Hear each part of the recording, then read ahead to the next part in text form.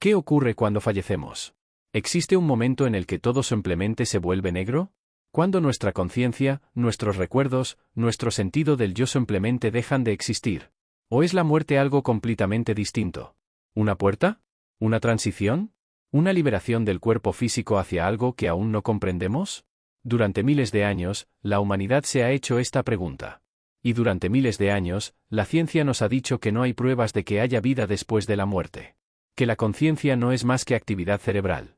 Que cuando el cerebro se detiene, nosotros nos detenemos. Pero, ¿y si la ciencia ha estado buscando en los lugares equivocados? ¿Y si hay casos documentados, pruebas fotográficas y testimonios grabados que sugieren que la conciencia no termina cuando el corazón deja de latir? ¿Y si los moribundos pueden comunicarse con los vivos? ¿Y si algo medible realmente abandona el cuerpo en el momento de la muerte? Hoy les voy a mostrar 10 casos documentados que desafían todo lo que la ciencia convencional cree sobre la muerte. No se trata de historias de fantasmas contadas alrededor de una fogata. Son casos investigados por médicos, documentados por científicos y verificados por escépticos que deseaban desesperadamente refutarlos, pero no pudieron. Están a punto de ver fotografías que capturan el momento en que un alma abandona el cuerpo. Van a escuchar grabaciones de voces del más allá. Van a conocer experimentos que pesaron el alma humana. Y van a conocer a personas que recibieron mensajes de los muertos que contenían información que ninguna persona viva podría haber sabido. Al final de este vídeo, cuestionarán todo lo que les han enseñado sobre la irrevocabilidad de la muerte. Así que déjame preguntarte directamente, ¿crees que hay vida después de la muerte? Porque en los próximos 60 minutos, te daré 10 razones para reconsiderar tu respuesta. Comencemos con un caso tan preciso, tan evidente, que incluso los escépticos más acérrimos tuvieron que admitir que sucedió algo inexplicable. Caso 10. La contraseña secreta del más allá, Henry y Eleanor Sidgwick. En 1899, Henry Sidgwick, uno de los filósofos más respetados de la Universidad de Cambridge, se estaba muriendo. Sabía que su muerte se acercaba. Y también sabía que su esposa, Eleanor, una brillante matemática y feroz escéptica, pasaría el resto de su vida preguntándose si la conciencia sobrevivía a la muerte. Así que Henry tomó una decisión. Crearía una prueba.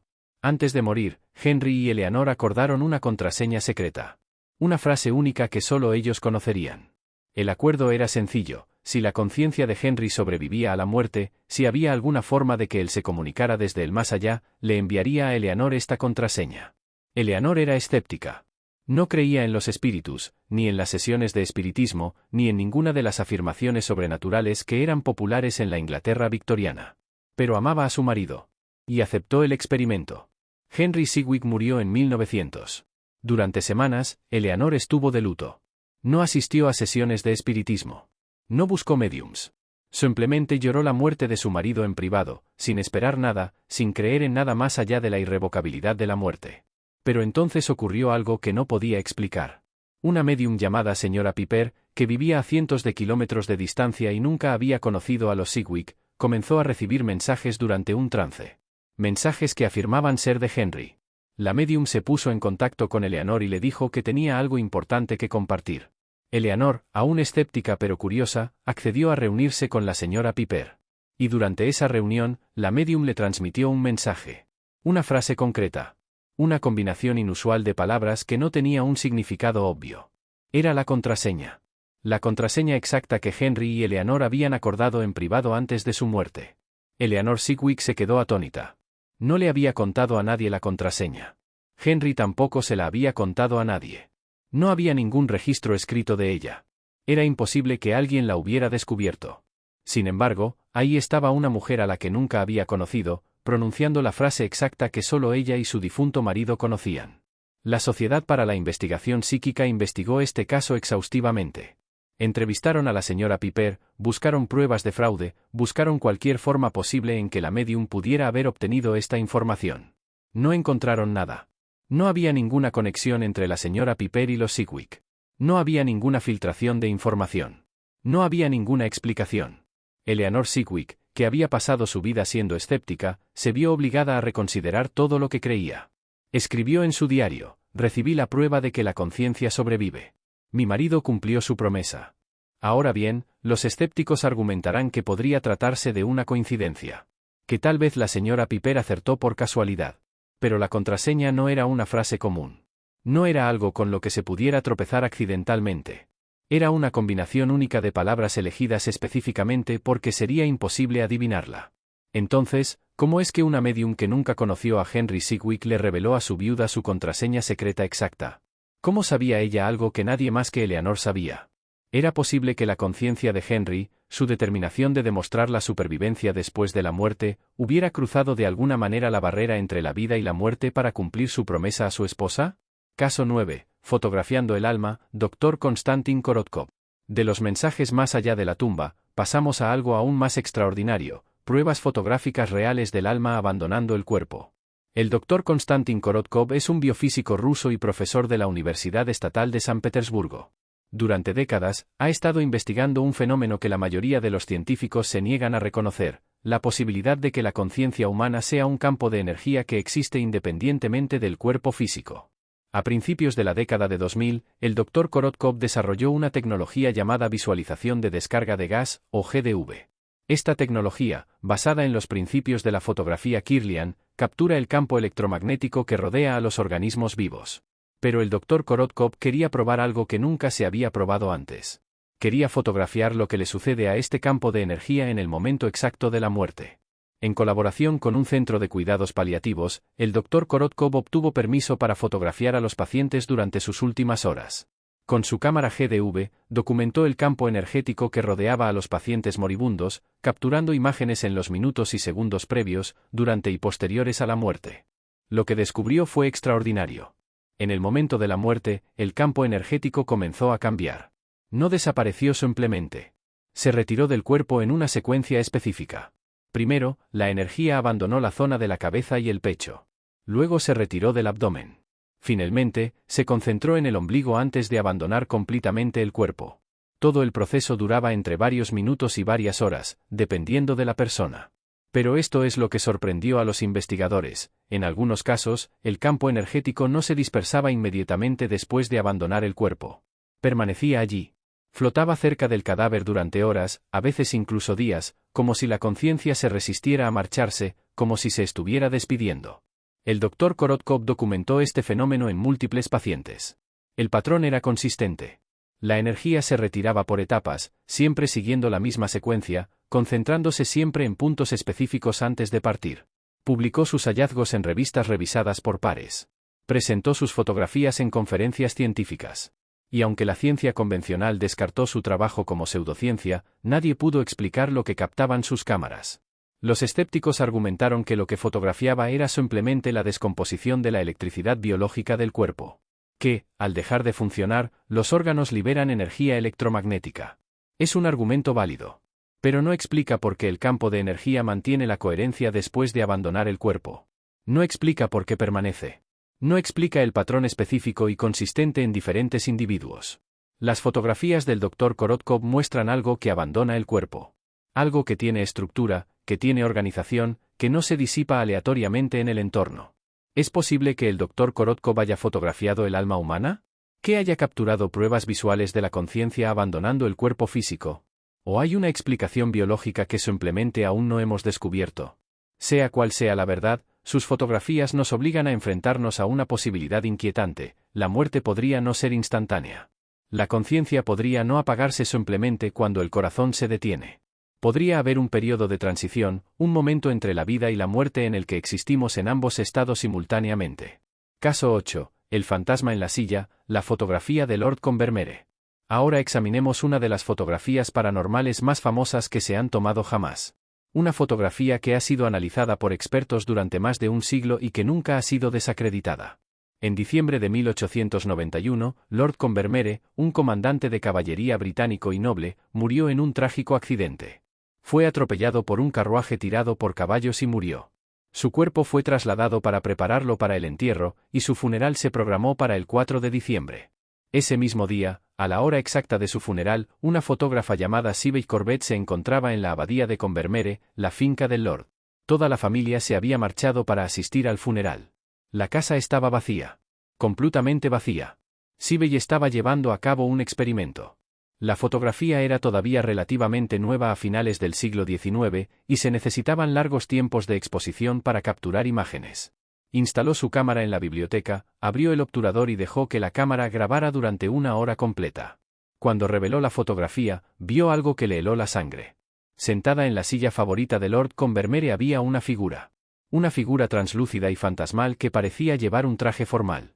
La figura era semitransparente, pero sus rasgos eran lo suficientemente distintivos como para ser reconocibles.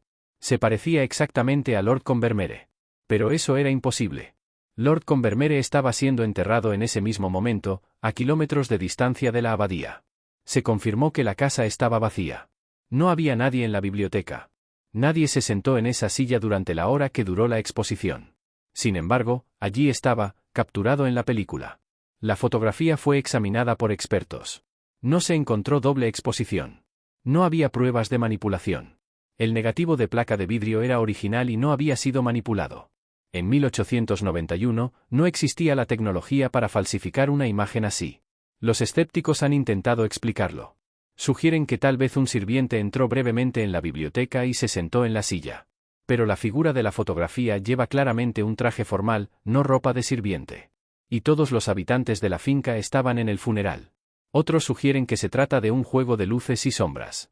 Pero las sombras no explican los rasgos claramente definidos, la ropa formal y la postura de alguien sentado. Durante más de 130 años, esta fotografía ha desafiado toda explicación.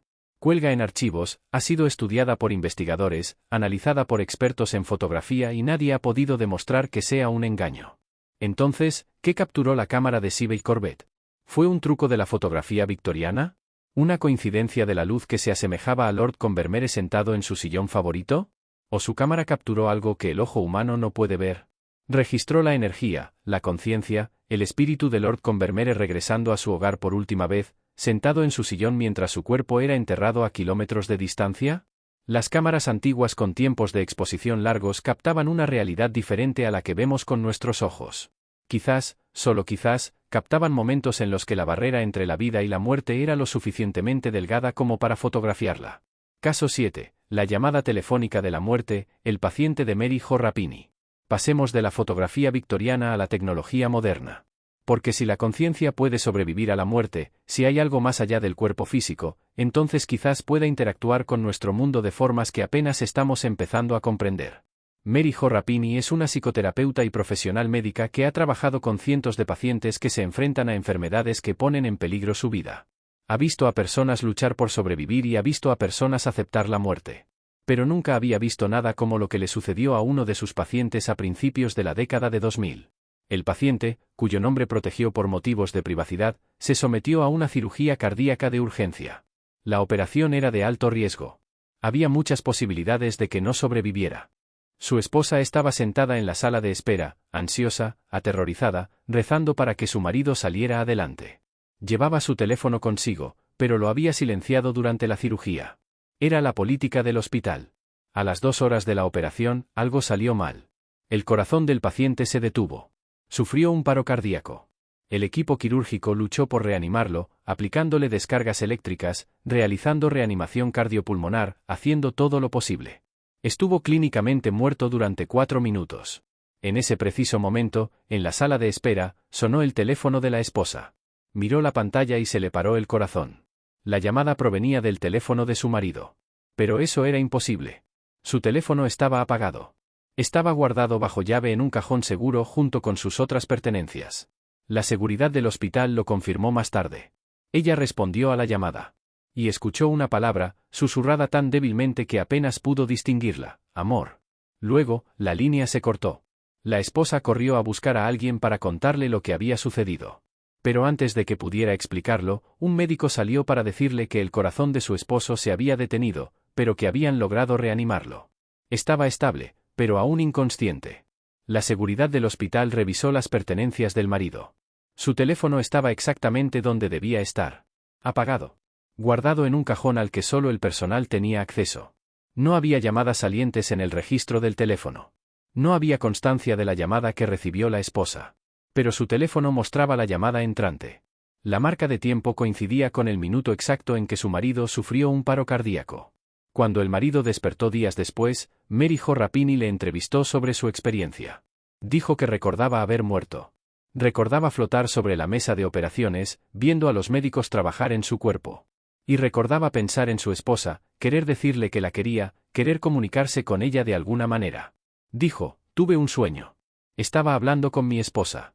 Le dije que la quería. Parecía tan real. No fue un sueño.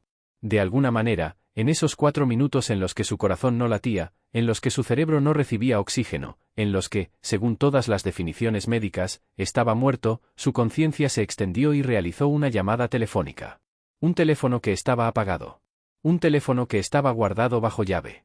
Un teléfono que no mostraba ningún registro de la llamada. ¿Cómo es posible? ¿Cómo puede un hombre muerto hacer una llamada desde un teléfono apagado que está guardado bajo llave en un cajón? Los escépticos dicen que debe ser un fallo técnico.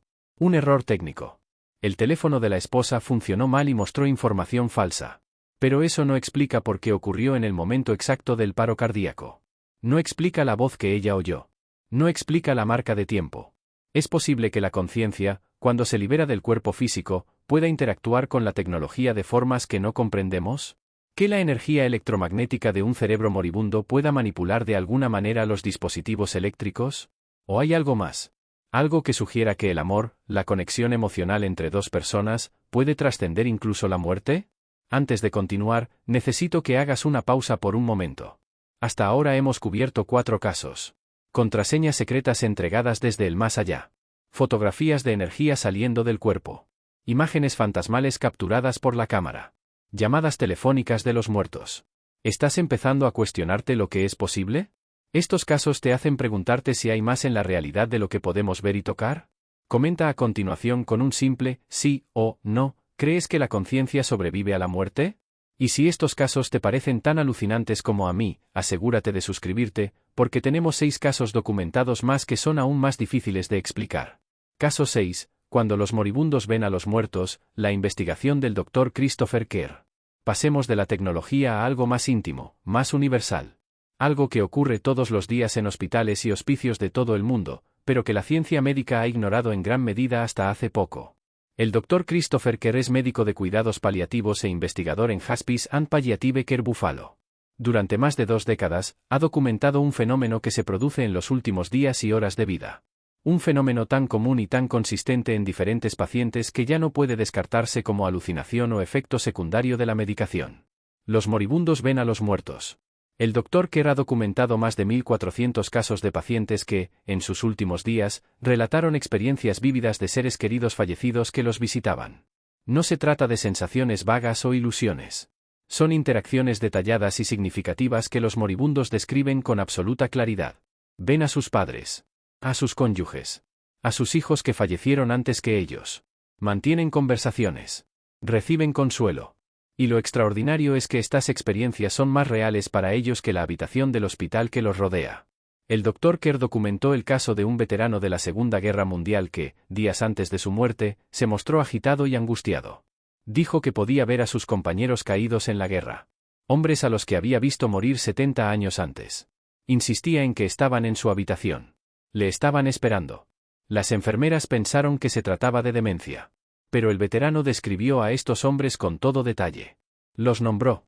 Describió cómo murieron. Y cuando el Dr. Kerr verificó sus relatos con los registros militares, todo era exacto. Otra paciente, una mujer de unos 80 años, llevaba semanas sin hablar con coherencia debido a una demencia avanzada. Pero 2 días antes de morir, de repente recuperó la lucidez. Miró a la esquina de su habitación y sonrió. Dijo, mi madre está aquí.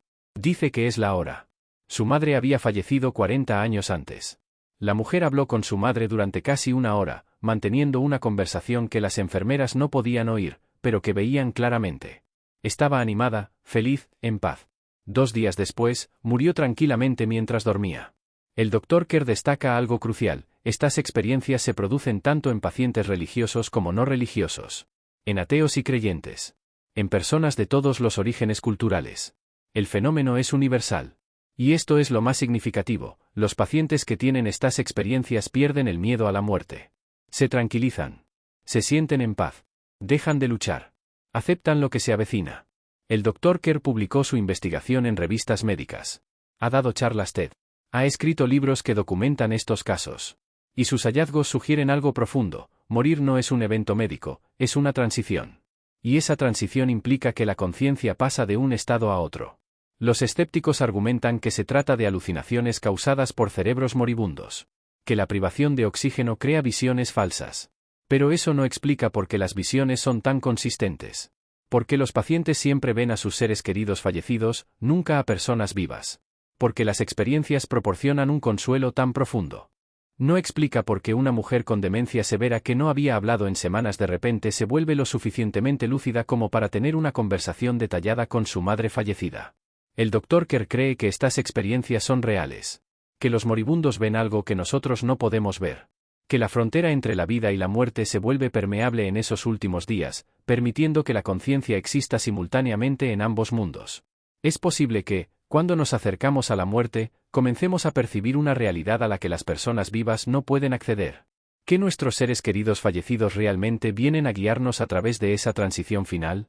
¿O es que el cerebro moribundo simplemente crea fantasías reconfortantes para aliviar el terror de la inexistencia?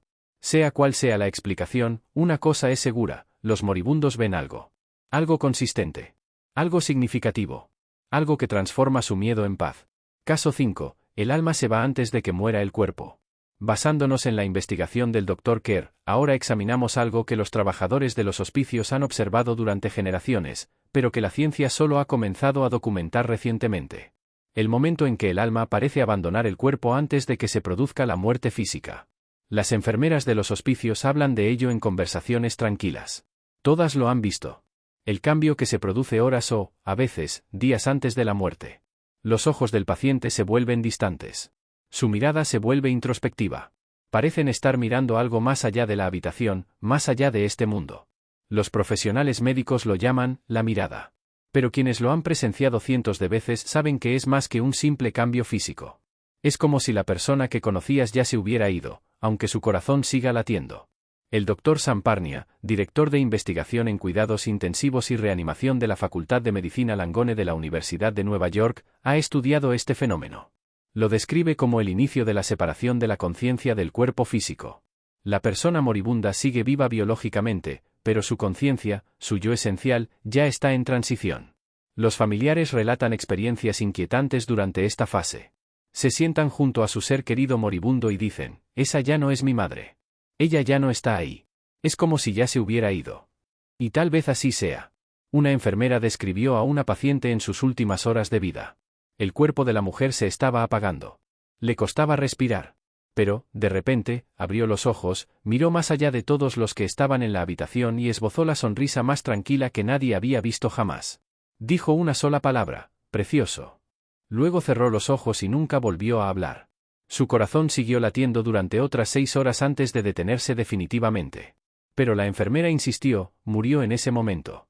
Cuando dijo, precioso. Su alma se marchó. Nosotros solo estábamos viendo cómo su cuerpo terminaba su proceso. Esto plantea una pregunta profunda, ¿qué es realmente la muerte? ¿Es el momento en que el corazón se detiene? ¿El momento en que el cerebro cesa su actividad? ¿O es el momento en que la conciencia abandona el cuerpo? Si el alma se va antes de la muerte física, entonces quizás morir no sea doloroso. Quizás el miedo, el sufrimiento y la lucha que asociamos con la muerte solo afectan al cuerpo, al recipiente vacío que queda atrás. Pensemos en el nacimiento. No entramos en nuestros cuerpos hasta el primer aliento. Los profesionales médicos informan de que los bebés en el útero muestran comportamientos diferentes a los de los bebés que han dado su primer aliento. Como si el aliento fuera el momento en que la conciencia entra plenamente en la forma física. Quizás la muerte sea lo contrario. Quizás la conciencia se va antes del último aliento. Y lo que más tememos, el momento de la muerte, es en realidad un momento que no experimentaremos porque ya nos habremos ido. Los trabajadores de los hospicios ven esto todos los días. El momento en que la persona se va, pero el cuerpo permanece. El momento en que una habitación que estaba llena de presencia de repente se siente vacía, aunque el corazón del paciente siga latiendo. ¿Es este el momento que debemos marcar como muerte? No la línea plana en un monitor, sino el instante en que la conciencia, esa cualidad indefinible que nos hace ser quienes somos, se va a algún lugar al que no podemos seguir. Caso 4. La grabadora de voz del más allá, Marcello Bacci. De las sutiles observaciones de los cuidados paliativos, pasamos a algo mucho más concreto. Voces reales grabadas de los muertos, documentadas y conservadas para su análisis científico. En la pequeña ciudad italiana de Grosseto, un hombre llamado Marcello Bacci pasó más de 50 años llevando a cabo un experimento que desafiaba todas las leyes de la física y la comunicación. Utilizando nada más que una vieja radio de válvulas de los años 40, Bakci afirmaba que podía comunicarse con los muertos. Y tenía grabaciones que lo demostraban. El método de Bakci era sencillo. Encendía su vieja radio, sintonizaba una frecuencia en la que no había emisiones y esperaba. Entonces, se oían voces. No eran interferencias aleatorias. No eran fragmentos de emisoras de radio lejanas. Eran voces claras y coherentes que hablaban en italiano, respondían a preguntas y proporcionaban información personal. Lo que hace que este caso sea extraordinario es que Bakci permitía que cualquiera asistiera a sus sesiones. Escépticos, científicos, periodistas, familias afligidas que buscaban contactar con sus seres queridos fallecidos. Su laboratorio estaba abierto a la investigación. Y lo que los investigadores encontraron era imposible de explicar. Durante una sesión documentada en 1999, una mujer acudió en busca de contacto con su hijo fallecido. No le había dicho a Bakci el nombre de su hijo. No le había proporcionado ninguna información sobre él. Simplemente asistió a la sesión y escuchó mientras Bakci encendía su radio. Una voz se escuchó a través de la estática. Una voz joven de hombre. Llamó a la mujer por su apodo de la infancia, un nombre que nadie excepto su familia inmediata conocía. La voz dijo: «Mamá, soy yo. Estoy bien. No llores más por mí». La mujer se derrumbó, sollozando. Confirmó que la voz sonaba exactamente como la de su hijo. Que el apodo era correcto. Que la forma de expresarse, el tono, incluso el acento, eran los suyos. Pero lo que hace que este caso sea realmente extraordinario es lo siguiente: los investigadores retiraron componentes de la radio de Bakci mientras estaba en funcionamiento. Sacaron tubos. Desconectaron circuitos. Retiraron físicamente piezas que deberían haber impedido que la radio funcionara. Las voces continuaron. Tan claras como siempre. Provenían de una radio que, según todas las leyes de la electrónica, debería haber sido completamente inservible. El doctor Daniele Guja, un físico italiano, estudió exhaustivamente la radio de Bakci. En su informe escribió: «No puedo explicar cómo este dispositivo produce una comunicación vocal inteligible. Según todos los estándares técnicos, no debería funcionar. Sin embargo, lo hace». A lo largo de décadas, Bakci grabó cientos de sesiones. Las familias reconocieron las voces de sus seres queridos. La gente recibió información que solo los fallecidos podían conocer. Las voces hablaban en dialectos específicos de regiones de Italia, dialectos que Bakci no hablaba ni entendía. Los escépticos argumentaron que Bakci debía de estar utilizando algún tipo de transmisor, emitiendo voces en secreto para crear la ilusión de la comunicación con los espíritus. Pero eso no explica cómo las voces continuaban cuando se retiraban partes de la radio. No explica cómo las voces conocían información personal sobre los asistentes que Bakci nunca había conocido antes. Y, desde luego, no explica las anomalías electromagnéticas que los investigadores documentaron durante las sesiones. Fluctuaciones energéticas inusuales. Descensos de temperatura. Campos electromagnéticos sin fuente identificable. Marcello Bakci falleció en 2019. Nunca cobró dinero por sus sesiones. Nunca comercializó su trabajo. Simplemente abrió su laboratorio a cualquiera que quisiera presenciar lo que hacía. Y lo que presenciaron fue esto: voces que venían de ninguna parte, a través de una radio que no debería funcionar, proporcionando información que ninguna persona viva podría saber. ¿Es posible que la conciencia, después de la muerte, exista como una forma de energía que puede interactuar con dispositivos electromagnéticos? ¿Que la barrera entre la vida y la muerte no sea absoluta, sino permeable en las condiciones adecuadas? ¿O fue Marcello Bakci uno de los mayores ilusionistas de la historia, engañando a científicos y familias durante más de 50 años sin ser descubierto? Las grabaciones permanecen. Cualquiera puede escucharlas. Y todos los que lo hacen se ven obligados a preguntarse: ¿de dónde vienen esas voces? Caso 3. Pesando el alma humana, los 21 gramos del Dr. Duncan McDougall. Ahora pasamos a uno de los experimentos más controvertidos en la historia de la investigación sobre la muerte. Un experimento tan audaz y controvertido que sigue generando debate más de un siglo después de su realización. En 1907, el Dr. Duncan McDougall, un médico de Massachusetts, tuvo una idea radical. Si el alma existe, si algo abandona el cuerpo al morir, entonces tal vez tenga masa. Tal vez pese algo. Y si pesa algo, entonces deberíamos poder medir el momento exacto en que se va pesando a una persona moribunda antes y después de la muerte. El Dr. McDougall construyó una cama especial montada sobre una báscula industrial con una sensibilidad de 1/10 de onza. Obtuvo el permiso de pacientes terminales de tuberculosis para llevar a cabo su experimento. Estos pacientes se encontraban en las últimas horas de vida y aceptaron ser pesados mientras morían. El 10 de abril de 1907, el Dr. McDougall llevó a cabo su primer experimento. Colocó a un paciente moribundo en la báscula y controló su peso continuamente. A medida que se acercaba la muerte, la báscula se mantuvo estable. La respiración del paciente se ralentizó. La frecuencia cardíaca disminuyó. Y entonces, en el momento exacto de la muerte, ocurrió algo extraordinario. La báscula bajó. De repente. De forma apreciable. El paciente perdió 3/4 de onza de peso en un instante. 21 gramos. El Dr. McDougall se quedó atónito. Comprobó su equipo. No había fugas. No había evaporación. No había explicación para la repentina pérdida de peso. Esperó, sin dejar de controlar el cuerpo. El peso se mantuvo estable. Lo que fuera que se había ido, se había ido. Repitió el experimento con otros 5 pacientes moribundos. Los resultados variaron. Algunos mostraron una pérdida de peso gradual. Otros mostraron la misma caída repentina. Pero en todos los casos en los que pudo obtener mediciones claras, se produjo una pérdida de peso en el momento de la muerte que no podía atribuirse a procesos biológicos normales como la exhalación o la liberación de fluidos. El caso más dramático mostró una pérdida de 21 gramos, y ese es el número que pasó a la cultura popular. 21 gramos. El peso del alma humana.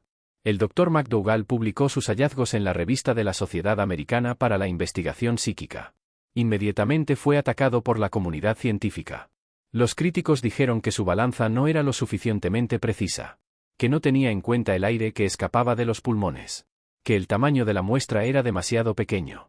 Defendió su trabajo argumentando que había tenido en cuenta la respiración, que la pérdida de peso era demasiado repentina y significativa como para explicarse por la exhalación, que algo con masa medible había abandonado el cuerpo. Para reforzar su argumento, el Dr. McDougall realizó el mismo experimento con perros moribundos. En todos los casos, los perros no mostraron ninguna pérdida de peso medible al morir. Esto, argumentó, era una prueba de que solo los seres humanos, solo los seres con alma, perdían peso al morir. La controversia nunca desapareció. Hasta el día de hoy, los científicos debaten si el experimento de McDougall fue válido. Si su equipo era lo suficientemente preciso. Si sus conclusiones estaban justificadas. Pero esto es lo que sabemos con certeza: documentó una pérdida de peso medible y repentina en pacientes humanos en el momento de la muerte. Una pérdida de peso que se produjo de forma instantánea, no gradual. Una pérdida de peso que se mantuvo permanente después de la muerte. Los escépticos han ofrecido explicaciones. La liberación de sudor. El asentamiento del cuerpo. El aire que se escapa de los órganos. Pero ninguna de estas explicaciones explica completamente la caída repentina y medible que documentó McDougall. ¿Es posible que el Dr. McDougall midiera algo real? ¿Que la conciencia, el alma, como queramos llamar a la esencia de lo que somos, tenga masa física real? Si el alma pesa 21 gramos, entonces no es puramente espiritual o metafísica. Es algo que existe en el mundo físico, algo que se puede detectar, medir y cuantificar. Eso significaría que la muerte no es el fin de la materia. Es la partida de una forma específica de materia que la ciencia aún no ha comprendido del todo. Nos acercamos a los 3 últimos casos y quiero saber qué opináis. Hemos visto fotografías de almas abandonando los cuerpos. Hemos escuchado grabaciones de voces de personas fallecidas. Hemos examinado experimentos que sugieren que la conciencia tiene un peso medible. Si sigues viendo el programa, es evidente que estás abierto a posibilidades que la mayoría de la gente descarta. Eso significa que estás listo para lo que viene a continuación. Porque nuestros 3 últimos casos incluyen pruebas visuales tan convincentes, tan imposibles de descartar, que incluso los escépticos más acérrimos tienen dificultades para explicarlas. Asegúrate de estar suscrito. No querrás perdértelo. Caso 2, la fotografía de fantasmas más famosa jamás tomada, la dama marrón de Raynham Hall. En septiembre de 1936, 2 fotógrafos de la revista Country Life recibieron el encargo de fotografiar Raynham Hall, una mansión histórica en Norfolk, Inglaterra. Su trabajo era sencillo: documentar la arquitectura y los interiores para un artículo destacado. El capitán Hubert C. Proband y su asistente Indresira instalaron su equipo en la escalera principal. Era temprano por la tarde. La luz se estaba desvaneciendo, lo que significaba que necesitaban una exposición prolongada para capturar la imagen correctamente. Proband preparó la toma, instaló su cámara y estaba listo para disparar la exposición cuando Sira de repente le agarró del brazo. «¡Capitán! ¡Capitán!», gritó Sira. «¿Ve eso? En las escaleras». Proband miró hacia la escalera. No vio nada inusual.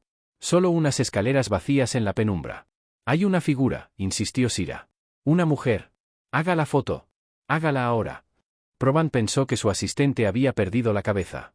Pero activó la exposición de todos modos, capturando una fotografía de larga exposición de la escalera. Cuando revelaron la fotografía en el estudio, ambos hombres se quedaron mirando el resultado con asombro. Bajando por la escalera había una figura translúcida. Una mujer vestida con lo que parecía ser ropa del siglo XVIII. Su forma era semitransparente y brillaba con una luz etérea.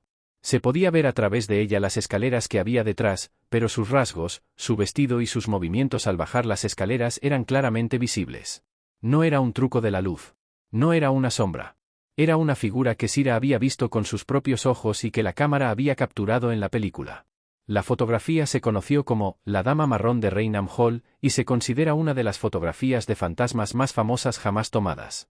Los expertos analizaron exhaustivamente el negativo. No había doble exposición. No había manipulación. No había pruebas de fraude. La fotografía era auténtica. Algo o alguien estaba en esas escaleras cuando se tomó la foto. La leyenda de Raynham Hall proporcionó el contexto. Durante siglos, los residentes y visitantes habían informado de que habían visto el fantasma de Lady Dorothy Walpole, que murió en 1726. Se la llamaba la Dama Parda porque los testigos describían sistemáticamente que vestía un vestido de brocado marrón.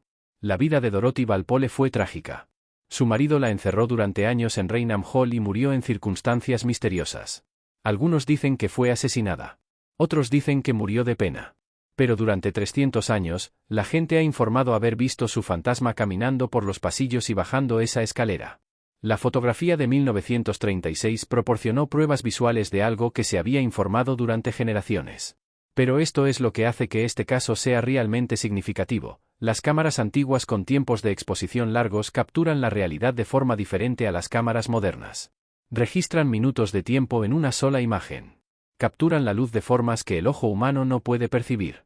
¿Es posible que estas cámaras antiguas pudieran ver a través de la barrera entre la vida y la muerte? ¿Que pudieran registrar energía, conciencia, manifestaciones que existen en frecuencias más allá de la percepción humana normal? La fotografía de la Dama Marrón ha sido analizada durante casi 90 años. Se han realizado análisis digitales.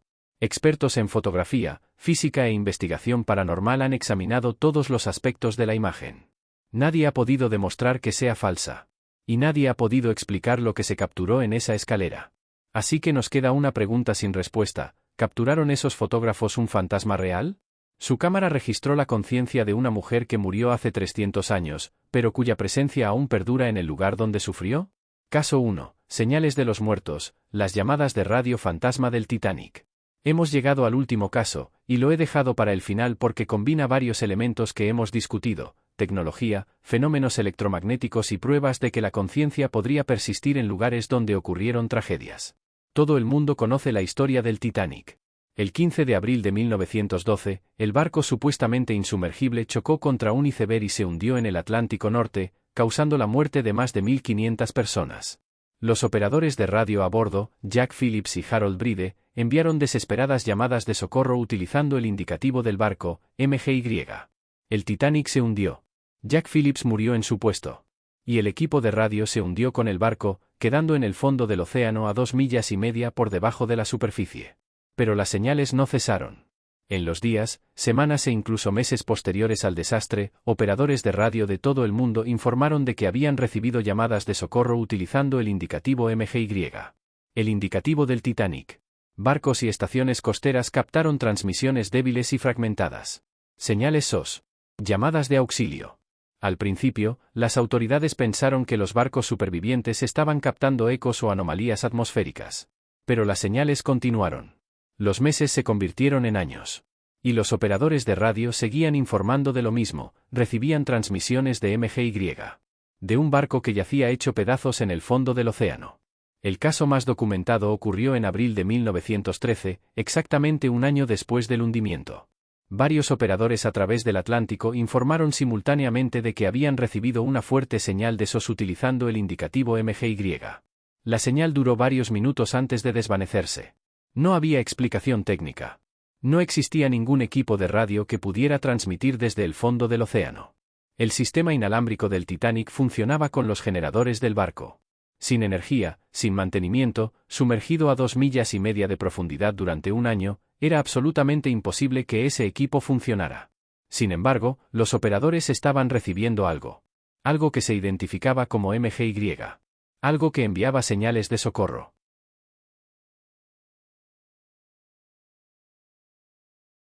El fenómeno continuó de forma esporádica durante años. Incluso en la década de 1920, hubo informes de señales MGY detectadas. Siempre débiles. Siempre fragmentadas. Siempre con la misma llamada desesperada de auxilio. Pero el misterio no termina con las señales de radio. Cuando Robert Ballard descubrió los restos del Titanic en 1985, y cuando las expediciones posteriores enviaron buzos y sumergibles para explorar el lugar, los miembros de la tripulación informaron de experiencias inquietantes. Los buzos describieron una atmósfera opresiva alrededor de los restos. Una sensación de estar siendo observados. De no estar solos. Algunos informaron haber oído sonidos inexplicables, voces en el agua, ruidos metálicos como si los sistemas del barco siguieran activos. Un buzo informó haber visto lo que parecían figuras moviéndose entre los restos. Formas translúcidas que aparecían y desaparecían en el haz de luz de su linterna. Estos informes se descartan como efectos psicológicos del buceo en aguas profundas, resultado de la narcosis por nitrógeno o del estrés de explorar una fosa común. Pero los informes son coherentes en múltiples expediciones, múltiples buzos y diferentes periodos de tiempo. Hay algo en el lugar del naufragio del Titanic que no cuadra. Da la sensación de estar ocupado. Como si la tragedia que ocurrió allí fuera tan inmensa, tan repentina, que dejara una huella permanente en ese lugar. ¿Es posible que las 1500 almas que murieron en medio del terror y la confusión aquella noche imprimieran de alguna manera sus últimos momentos en el entorno electromagnético? ¿Que sus desesperadas llamadas de auxilio, su miedo, sus últimos pensamientos quedaran codificados en la propia estructura de ese lugar? ¿O hay una explicación más sencilla? ¿Son las señales de radio solo perturbaciones atmosféricas que coinciden con la frecuencia del Titanic? ¿Son los informes de los buzos solo el producto de bucear en un lugar que saben que es una fosa común? Sea cual sea la verdad, una cosa es segura, el Titanic sigue transmitiendo. Ya sea a través de ondas de radio, de anomalías electromagnéticas o de la conciencia de quienes murieron allí, los últimos momentos del barco siguen resonando a través del tiempo. Conclusión, 5800-60-00. Hemos llegado al final de nuestro viaje a través de estos 10 casos documentados. 10 pruebas que sugieren que la muerte no es el fin de la conciencia. Hemos visto contraseñas secretas entregadas desde el más allá.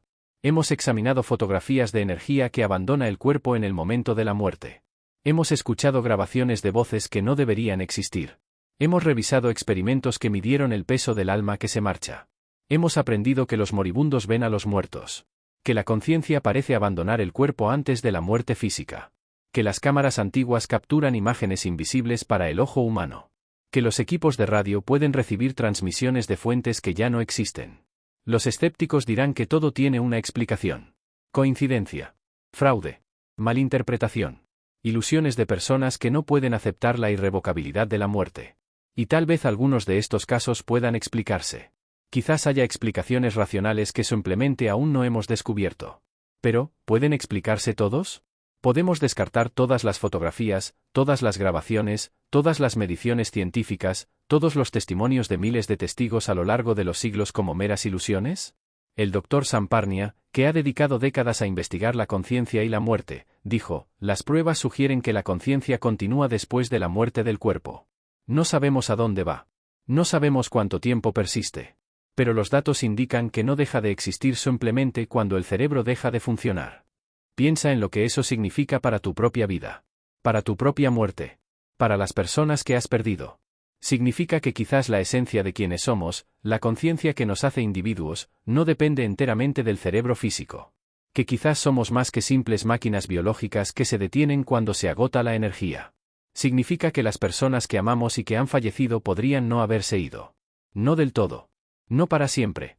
Que podrían existir en una forma que normalmente no podemos percibir, pero que a veces, en las circunstancias adecuadas, traspasa la barrera para hacernos saber que siguen ahí. Significa que tu propia muerte podría no ser el vacío aterrador que temes. Podría ser una transición. Una liberación del cuerpo físico. Un retorno a algo más grande, algo de lo que formábamos parte antes de nacer y de lo que formaremos parte después de morir. O tal vez la conciencia es algo que aún no comprendemos. No es espiritual ni sobrenatural, sino una forma de energía que existe en dimensiones que aún no hemos descubierto. Algo que la física cuántica apenas está empezando a insinuar. Sea cual sea la verdad, Estos 10 casos nos obligan a reconocer que no lo sabemos todo sobre la muerte. Que hay misterios que no hemos resuelto. Preguntas que no hemos respondido. Evidencias que no podemos explicar con nuestra comprensión actual de la realidad. Así que te lo preguntaré por última vez, ¿crees que hay vida después de la muerte? Después de todo lo que has visto y oído hoy, ¿ha cambiado tu respuesta? Cuéntamelo en los comentarios. Díganme qué caso les ha impactado más. Cuéntenme experiencias que ustedes o sus seres queridos hayan tenido y que sugieran que la conciencia continúa más allá de la muerte. Esta conversación es importante. Porque nuestra cultura trata la muerte como el final definitivo, la oscuridad última, algo que hay que temer y evitar a toda costa. Pero, ¿y si nos hemos equivocado? ¿Y si la muerte no es un final, sino una transformación? Si este vídeo les ha parecido significativo, si les ha hecho cuestionar sus suposiciones sobre la mortalidad, compártanlo. Ayuda a otros a considerar estas posibilidades. Y asegúrate de suscribirte, porque vamos a seguir explorando los misterios más profundos de la conciencia, la muerte y lo que podría haber más allá. Gracias por acompañarme en este viaje. Gracias por mantener una mente abierta.